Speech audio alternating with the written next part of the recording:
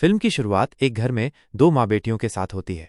माँ बहुत डरी हुई है क्योंकि उनके आसपास अजीब घटनाएं घट रही हैं। बेटी उसे समझाती है कि ऐसा कुछ नहीं है और वे सुरक्षित हैं, लेकिन माँ उसे बाहर जाने से मना करती है और कहती है कि बाहर खतरा है। बेटी माँ की बात नहीं मानती और बाहर चली जाती है। वो कपड़े सुखाने लगती है, तभी उसे किसी अजीब प्राणी या शैतान की भयानक आवाज़ सुनाई देती है। वो समझ जाती है कि अब वो भी नहीं बचेगी। पीछे मुड़कर देखती है तो एक अजीबोगरीब प्राणी जिसकी आंखें नहीं हैं उसके पीछे खड़ा होता है। वो प्राणी एक ही हमले में उसे मार डालता है। मरते हुए लड़की की आखिरी चीख सुनकर उसकी माँ समझ जाती है कि उसकी बेटी भी उसी शैतान का शिकार हो चुकी है जो पूरे शहर में तबाही मचा रहा है। अपनी बेटी के प्यार में तड़प कर वो बाहर तो आ जाती है, लेकिन ये उसका सबसे गलत फैसला साबित होता है। डरकर वो वापस घर के अंदर चली जाती है, लेकिन वो समझ जाती है कि वो राक्षस अब उसके घर के अंदर भी आ चुका होगा। उससे बचने के लिए वो अपने दराज से एक बंदूक निकाल लेती है। वो आवाज़ नहीं कर रही थी क्योंकि जानती थी कि ये राक्षस देख नहीं सकता, सिर्फ आवाज़ सुनकर उनकी तरफ आकर्षित होता है।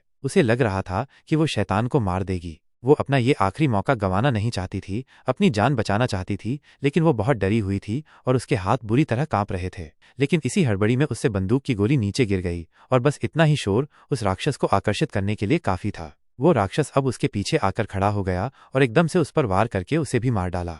इसके बाद हमें इस राक्षस का एक भयानक और अजीब रूप दिखाया जाता है। उसके मुंह से एक अजीबोगरीब किस्म का तरल निकल रहा था जो देखने में बहुत ही गंदा था।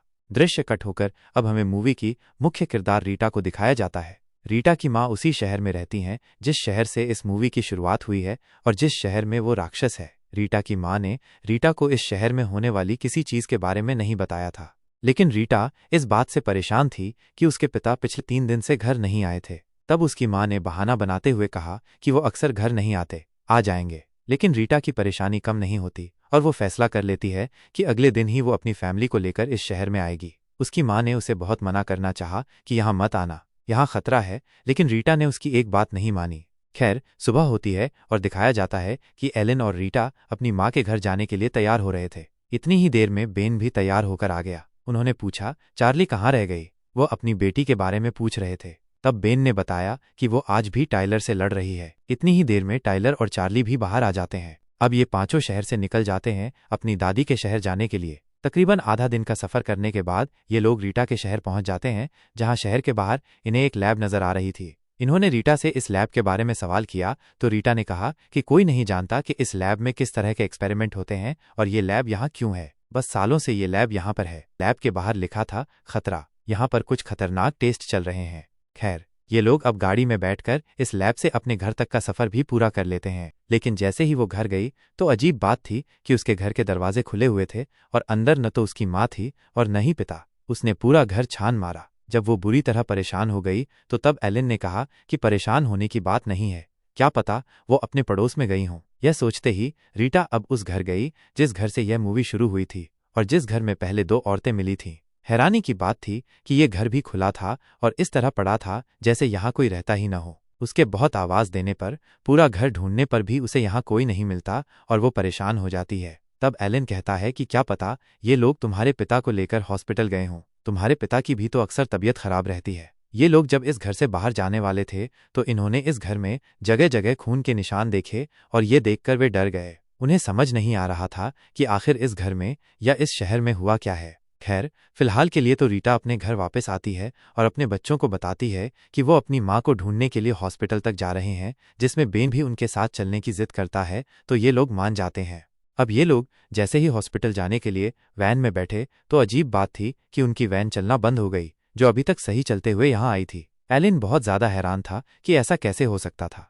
खैर, ये सब सोचने का भी वक्त नहीं था। वे लोग गाड़ी से निकल जाते हैं और टाइलर और चार्ली को इस गाड़ी को चेक करने का काम देकर खुद हॉस्पिटल के लिए पैदल ही निकल जाते हैं। ये लोग जब पैदल शहर में जा रहे थे तो इन्हें बहुत अजीब महसूस हुआ। दूर दूर तक इन्हें कोई इंसान नहीं मिला। सारे होटल, घर, दुकानें सब ऐसे खुले हुए थे जैसे इनमें कोई रहता ही न हो। रीटा भी बुरी तरह परेशान थी कि इस शहर में क्या चल रहा था। उसकी माँ ने भी कभी उसे नहीं बताया था। इस समय यह एक रेस्टोरेंट को चेक कर रहे थे जहाँ शीशे पर इन्हें ताज़ा खून का हाथ का निशान दिखाई देता है। ये लोग डर जाते हैं और उस दरवाजे को खोलते हुए अंदर जाते हैं। ये किचन था जहाँ पर एक इंसान बुरी हालत में था। इन्होंने देखा कि वह खून से लथपथ था और बिल्कुल मरने के करीब था। मरने से पहले उसने एलन को समझाया कि चले जाओ यहाँ से, यहाँ मत रहना, यहाँ रहे तो मारे जाओगे, वो आ जाएगा और तुम्हें मार देगा। ये सब बातें कहने के बाद वो आदमी यहाँ मर जाता है। एलेन को समझ आ गई थी कोई अजीब चीज आ गई है जो सभी लोगों को मारकर खा रही थी और अब इनकी जानों को भी खतरा था। इन सारी बातों से अनजान बाहर टाइलर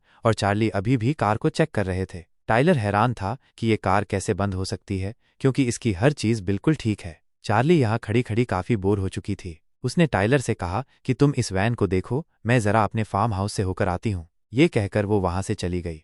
आज यहाँ पर चलते हुए उसे भी अजीब महसूस हो रहा था। कोई इंसान उसे नहीं दिखा और फार्म हाउस भी बिल्कुल खाली था। वो बेध्यानी में अंदर जा रही थी और अचानक उससे एक बोतल गिर गई। वो ये नहीं जानती थी कि उससे जो अनजाने में हुआ है वो उसकी मौत भी बन सकता है। बोतल गिरने की आवाज वह राक्षस सुन चुका था। उस राक्षस का भयानक मुंह दिखाया गया जो अब यहाँ इस फार्म हाउस में आ गया है और अब एकदम से वो राक्षस चार्ली के सामने भी आ गया। उसे देखकर चार्ली हैरान परेशान रह गई। वो बहुत डर गई थी। तेजी से भागते हुए वो दूसरे कमरे के अंदर गई तो वहां जाकर उसके होश ही उड़ गए। उसने देखा कि उसकी दादी को इसी राक्षस ने एक कोकून में बांधकर लटकाया हुआ था, जैसे इस राक्षस ने उनको बाद में खाने के लिए रखा हो। चार्ली को देखकर उसकी दादी उसे कहती है कि तुम भागो, आवाज मत करना, वो आवाज से तुम्हारी तरफ आकर्षित होता है, वो देख नहीं सकता, तुम जान बचाकर भाग जाओ बस। इससे पहले कि चार्ली यहाँ से भाग पाती, पीछे से वो राक्षस आकर चार्ली के ऊपर हमला कर देता है। इससे पहले कि ये राक्षस उसे और मार पाता, वह इस राक्षस को हाथ से दूर करते हुए यहाँ से भाग गई।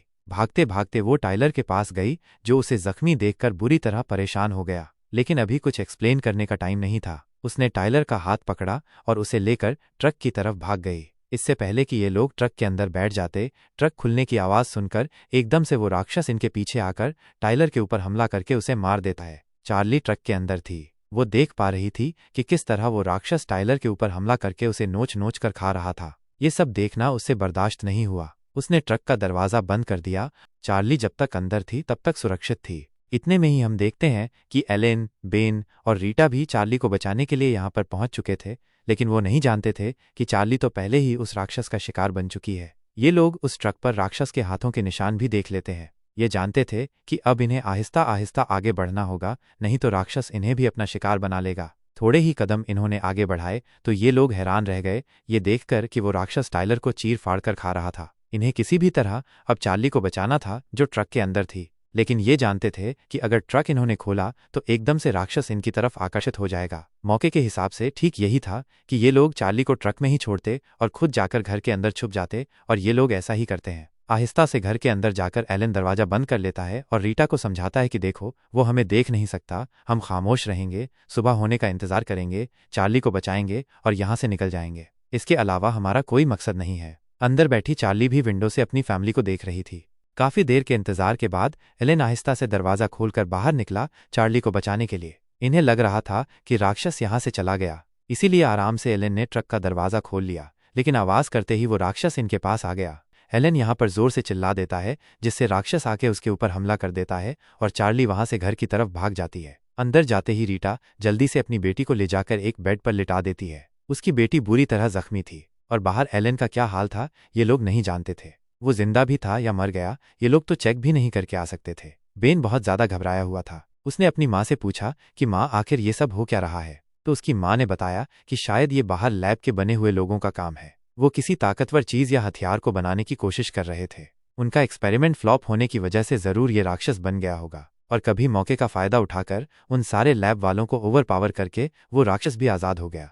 यहाँ चार्ली की हालत बुरी थी। बेहोश होने से पहले वो अपनी माँ यानी रीटा को बता देती है कि दादी को पीछे शेड में इस राक्षस ने कोकून में लटकाया हुआ है और वो अभी भी जिंदा है। यह सुनकर रीटा का दिमाग खराब हो गया। वो भूल गई कि इन्हें सुबह होते ही खामोशी से यहाँ निकलना था। वो बेन से कहती है कि तुम चार्ली के पास रहना, मैं अपनी माँ को बचा कर लाऊंगी। बेन चार्ली के पास ही था और उसने क्या देखा कि आहिस्ता आहिस्ता बेन के जख्मों के अंदर से दांत निकलकर आ रहे थे, यानी वो भी इन्फेक्टेड हो गई थी और राक्षस में बदल रही थी, और यही बात शायद चार्ली भी समझ चुकी थी।